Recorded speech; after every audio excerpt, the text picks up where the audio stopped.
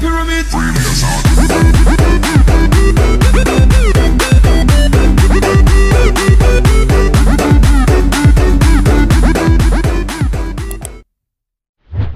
Assalamualaikum warahmatullahi wabarakatuh. Waalaikumsalam warahmatullahi wabarakatuh. Sebelum memulai presentasi, kita awali dengan baca basmalah bersama-sama. Bismillahirrahmanirrahim. Perkenalkan, saya Aulia sebagai MC, saya Siti Raisa sebagai pemateri, saya Safira Hayu sebagai tema, saya Ella sebagai notulen, saya Randy sebagai kameramen. berdiri untuk menyanyikan lagu kebangsaan Indonesia Raya. Indonesia tanah airku, tanah tumpahku, di sana aku Anjay, Bang. jadi pandu ibu. Indonesia kebangsaanku, bangsa dan tanah airku, mari kau bersatu, Indonesia bersatu, hiduplah negeriku, Dek. semuanya, bangunlah jiwanya, bangunlah badannya, untuk Indonesia Raya. Indonesia Raya, merdeka, merdeka, tanahku, negeriku yang ku cinta. Indonesia Raya, merdeka, merdeka, hiduplah Indonesia Raya. Indonesia Raya, merdeka, merdeka, tanahku, negeriku yang ku cinta. Indonesia Raya, merdeka, merdeka, hiduplah Indonesia Raya.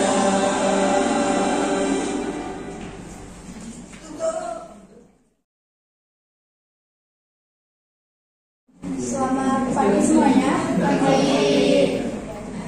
Jadi kali ini kami kelompok 1 akan menjelaskan mengenai materi sel volta dan sel elektrolisis. Adapun anggota kelompok kami yaitu Aulia Agustika Sari, Randy Aprilia Saputra, saya sendiri Siti Raisa, Nur Ella, dan Selvi Rahayu. Sebelum kepada materi, saya ingin tanya dulu, apa sih yang kalian ketahui mengenai sel volta dan sel elektrolisis? Baik, jadi di sini kami akan menjelaskan yang pertama pengertian sel volta, susunan sel volta, notasi sel volta, potensial sel, dan penerapan sel dalam kehidupan. Untuk pengertian dari sel volta itu sendiri, sel volta atau sel galvanik adalah sel elektrokimia di mana energi kimia dari reaksi redoks spontan diubah menjadi energi listrik. Prinsip kerja sel volta dalam menghasilkan arus listrik adalah aliran transfer elektron dari reaksi oksidasi di anode ke reaksi reduksi di katode melalui rangkaian luar. Sudah bisa dipahami?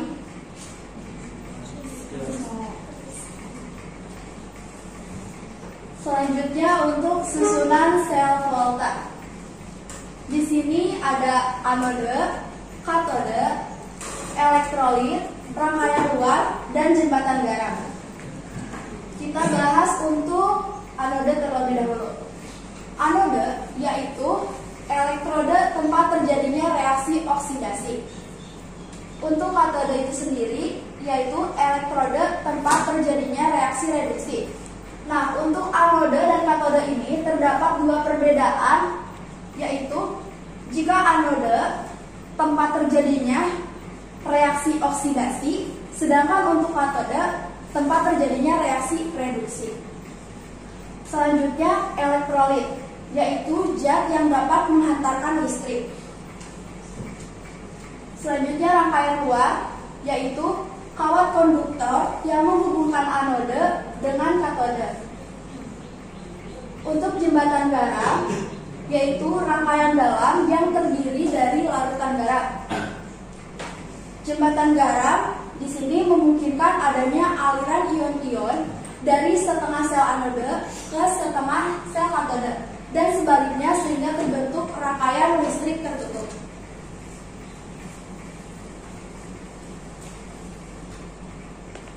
Selanjutnya notasi sel volta. Notasi sel volta itu sendiri digunakan untuk menggambarkan rangkaian sel volta dan reaksi redoks yang berlangsung di dalamnya. Sel volta tersusun dari setengah sel antara logam seng ion, seng, dan setengah sel antar logam tembaga ion. Sel tersebut dapat dinyatakan dengan notasi yang ditulis dalam bentuk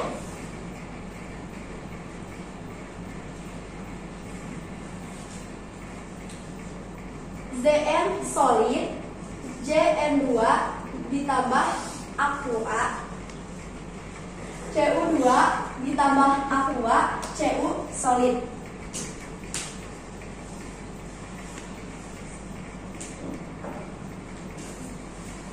Notasi sel volta secara umum. Penulisan notasi sel volta menurut konvensi IUPAC adalah yang pertama, notasi sel terdiri dari anode dan katode. Saya mau tanya dulu nih, tadi perbedaan anode dan katode. Anode terjadinya di mana? Tempat terjadinya reaksi apa? Kalau untuk katode reduksi. Nah, di sini yang selanjutnya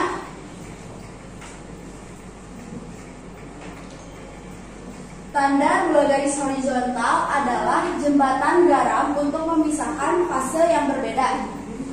Tanda satu garis horizontal adalah batas fase untuk memisahkan fase berbeda dan tanda koma digunakan untuk memisahkan spesies-spesies dalam fase yang sama. Elektroda anode terletak paling kiri dan elektroda katode paling kanan.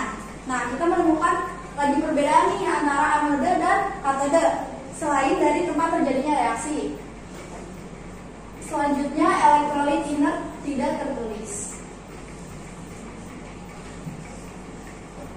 Selanjutnya potensial sel. Potensial elektrode standar atau EO adalah potensial elektrode atau potensial reduksi yang diukur pada suhu 250 derajat Celcius dan tekanan parsial 1 atm, di mana konsentrasi ion-ion yang terlibat dalam reaksi adalah 1 m. Potensial elektrode standar dapat digunakan untuk memperkirakan apakah suatu reaksi redoks berlangsung secara spontan atau tidak.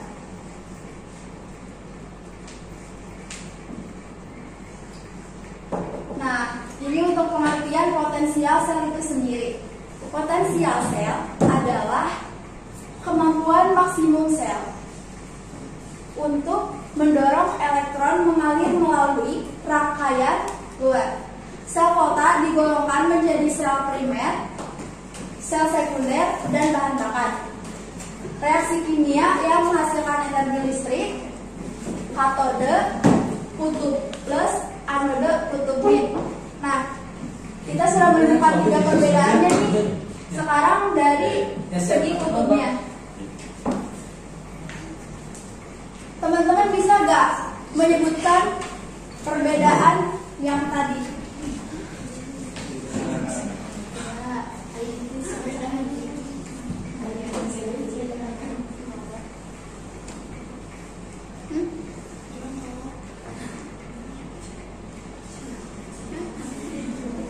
Kita lanjutkan dulu saja ya. Potensial listrik yang dihasilkan sel volta disebut potensial potensial sel atau eosel. Reaksi berlangsung spontan bila besarnya eosel sama dengan positif E derajat sel sama dengan E derajat katode dikurangi E derajat anode, atau E derajat sel sama dengan E derajat reduksi kurangi E derajat oksidasi.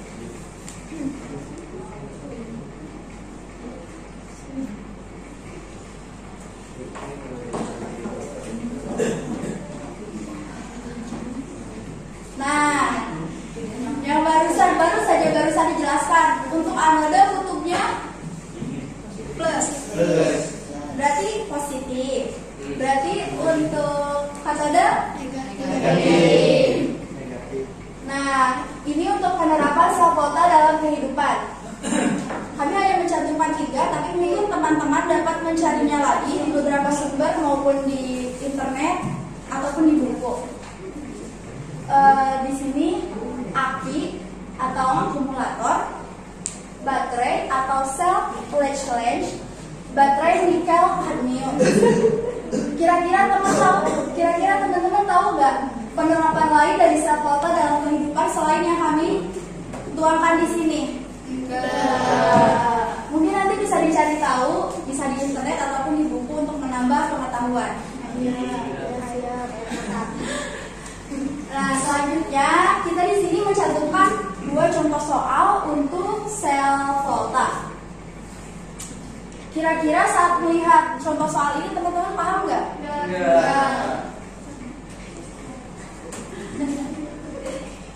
Gak paham semuanya atau gak paham beberapa bagian saja?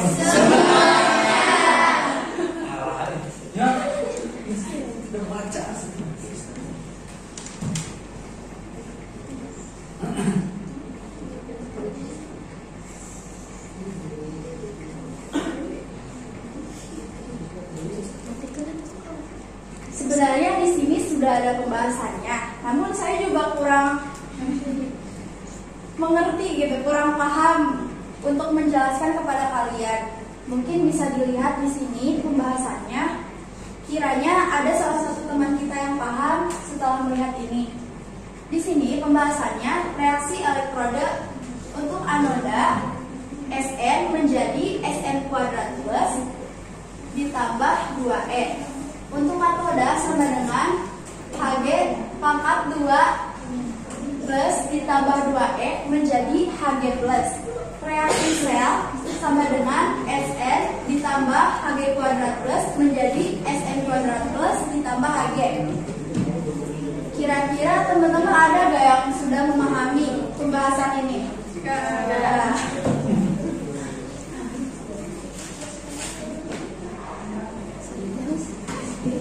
Ini untuk contoh soal selanjutnya.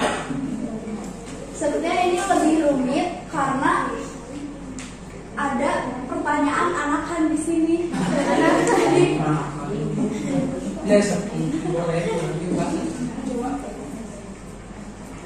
Sebenarnya cara pengerjaannya mungkin sama ya seperti yang tadi, cuma di sini terlihat lebih rumit karena panjang, karena membahas 2 soal sekaligus, yang A dan B. Masih tetap tidak paham setelah dilihat? Tidak. Setelah dipahami masih tidak paham? Tidak.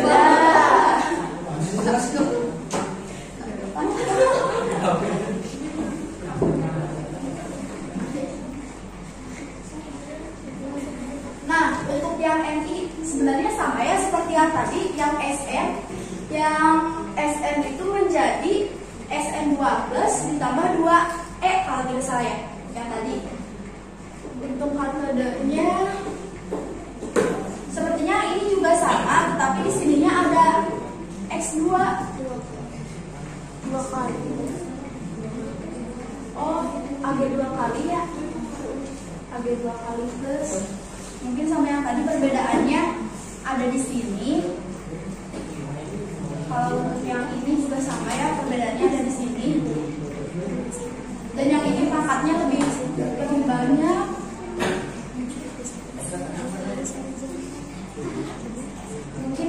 Mungkin nanti bisa dijelaskan kembali ya untuk contoh soal ini.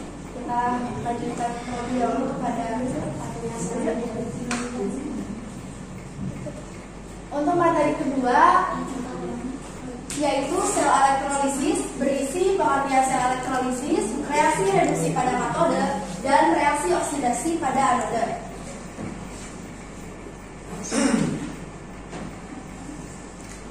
Pengertian sel elektrolisis. Sel elektrolisis adalah sel elektrokimia di mana energi listrik digunakan untuk menjalankan reaksi redoks yang tidak spontan. Elektrolisis adalah peristiwa penguraian zat elektrolit oleh arus listrik searah elektroda positif yang disebut juga anoda, sedangkan elektroda negatif disebut katoda. Secara singkatnya, mungkin untuk pengertian sel elektrolisis ini, sel elektrokimia yang digunakan untuk menjalankan reaksi redoks tidak spontan dan penguraian zat elektrolit oleh arus listrik searah.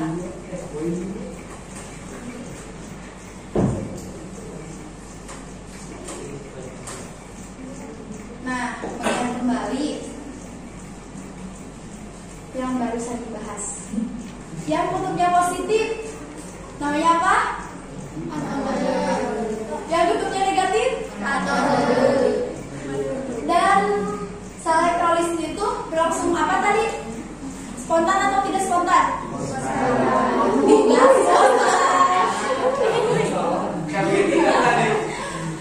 Nah, selanjutnya untuk reaksi reduksi pada katode.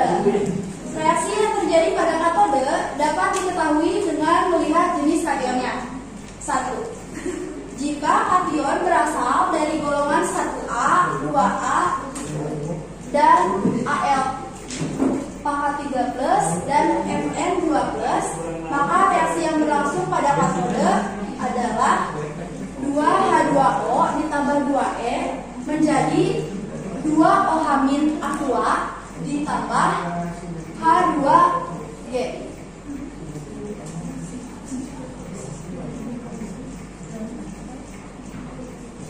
Untuk yang selanjutnya,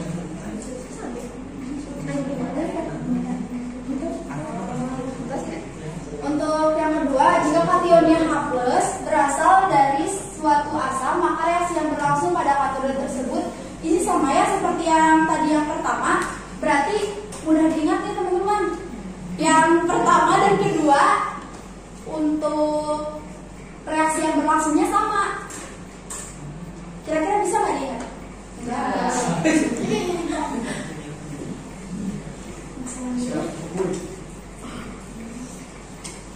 Nah, untuk yang ketiga ini berbeda reaksinya.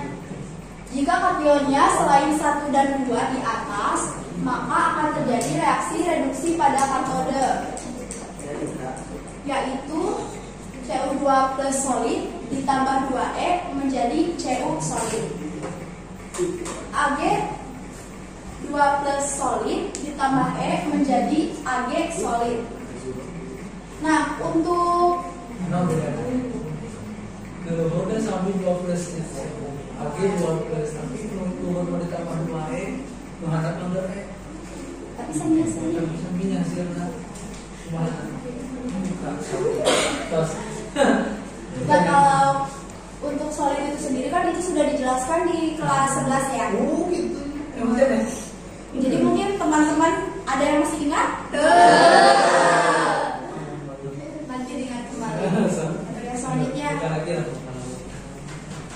Nah, untuk jika kation berasal dari lelehan atau leburan, maka ion tersebut yang akan tereduksi di katode yaitu Na plus 1 ditambah E menjadi Na solid, Fe2 plus 1 ditambah E menjadi FeS. Nah, untuk yang ini berbeda di pangkat ya teman-teman, tapi hasilnya sama seperti yang tadi. Kalau yang tadi perbedaannya ada angka 2 di E-nya, kalau ini berbeda di pangkatnya, tapi untuk hasilnya tetap sama. Kira-kira bagaimana di pengerjaannya? Bisa tidak teman-teman mengaplikasikannya kalau jika diberikan soal yang harus dikerjakan Nah,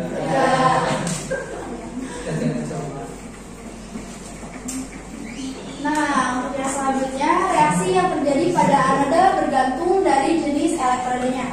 Jika elektroda terbuat dari logam aktif selain PT, C, dan AU, maka logam yang mengalami oksidasi adalah Cu solid menjadi Cu2 plus aqua ditambah 2E.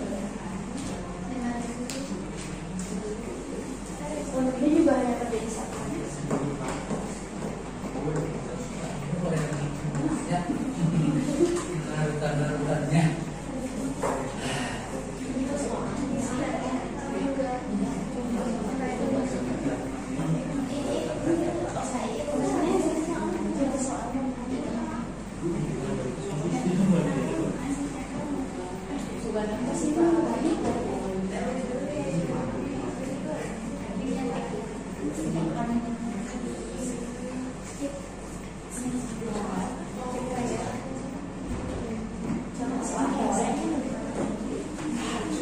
Langsung saja kepada contoh soal. Nah, mungkin untuk yang ini saya bisa menjelaskan ya, karena ini berbentuk uraian dan ada jawabannya. Kalau yang tadi itu harus dijelaskan karena ada reaksi-reaksinya.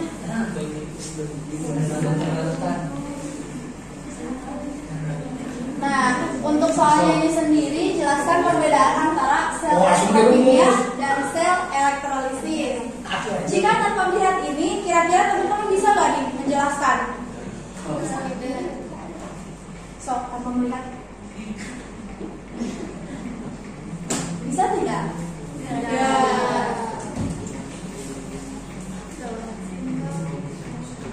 Nah, secara mudahnya, untuk sel elektrokimia ini memanfaatkan reaksi redoks yang berlangsung spontan, sedangkan untuk sel elektrolisis berlangsungnya tidak spontan. Kira-kira bisa nggak nih teman-teman mengingatnya? Ingatnya spontan dan tidak spontan. Jadi kalau sel elektrokimia spontan, kalau elektrolisis tidak spontan. Kalau kata-kata lebih ini spontan itu berarti gimana maksudnya? Spontannya mungkin secara langsung, karena kalau tidak spontan itu secara tidak langsung gitu. Langsung gimana?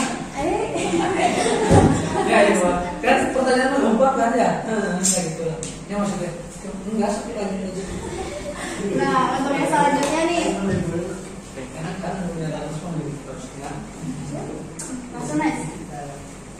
Nah, yang ini kembali dengan lanjutan yang tadi ya, anode dan katode. Untuk pertanyaannya di sini tuliskan zat-zat yang dihasilkan pada anode dan katode jika larutan H2SO4 encer dielektrolisis dengan elektrode yang terbuat dari tembaga.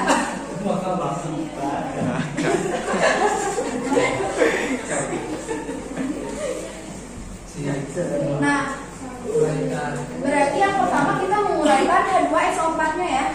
Di sini H2SO4 menjadi 2H plus ditambah SO4 2-min. Setelah kita menguraikan H2SO4, di sini kita mencari anode dan katodenya.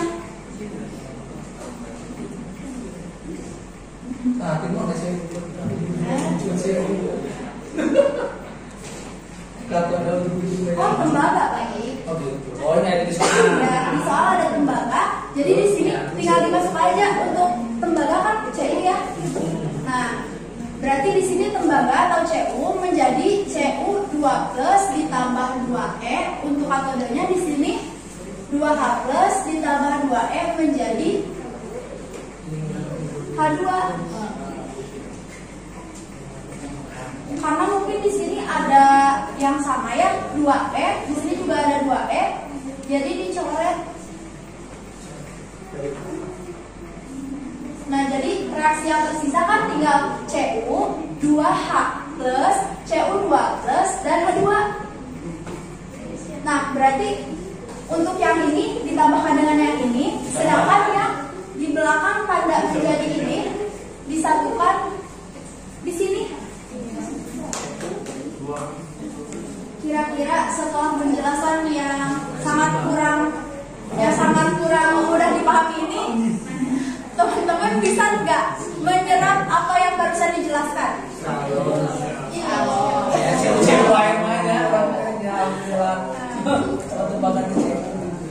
Nah, jadi kesimpulannya di sini zat yang dihasilkan di anode adalah ion Cu2+ atau tembaga, dan zat yang dihasilkan di katode adalah gas H2 atau hidrogen.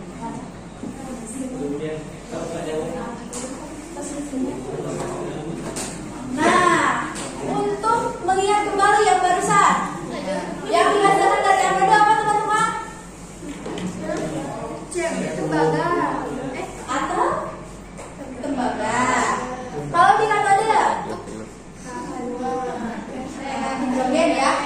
Benar nih teman-teman. Berarti nanti bisa ya kalau ada ulangan atau nanti setelah ini akan ada kuis bisa? Bisa.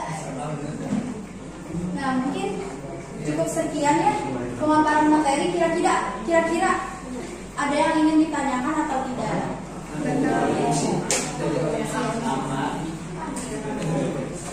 Mungkin cukup sekian pemaparan materi, terutama dari saya.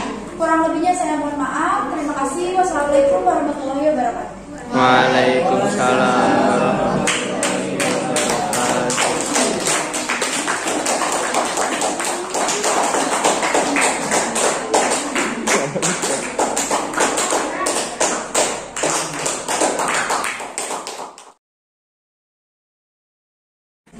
Kita lanjut saja ke latihan soal puisi.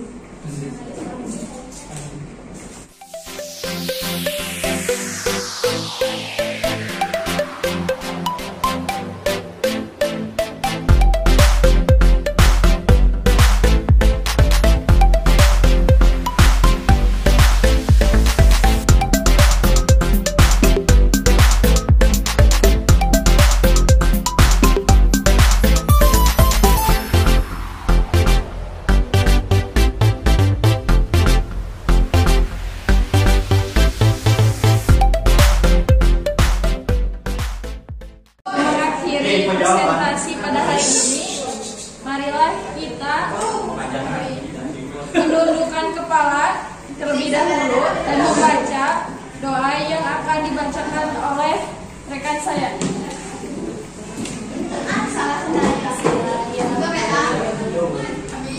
Amin.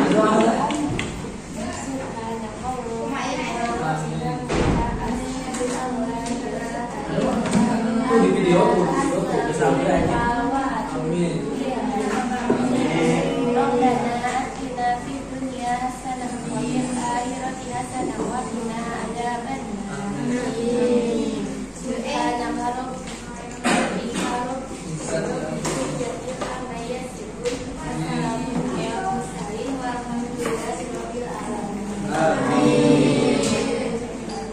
Al-Fatihah.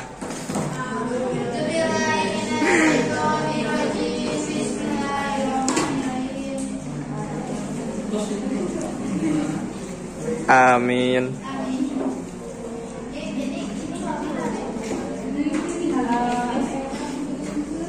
Sekian presentasi dari kelompok kami. Bila ada kesalahan ataupun kekurangan, dimohon maaf. Assalamualaikum warahmatullahi wabarakatuh.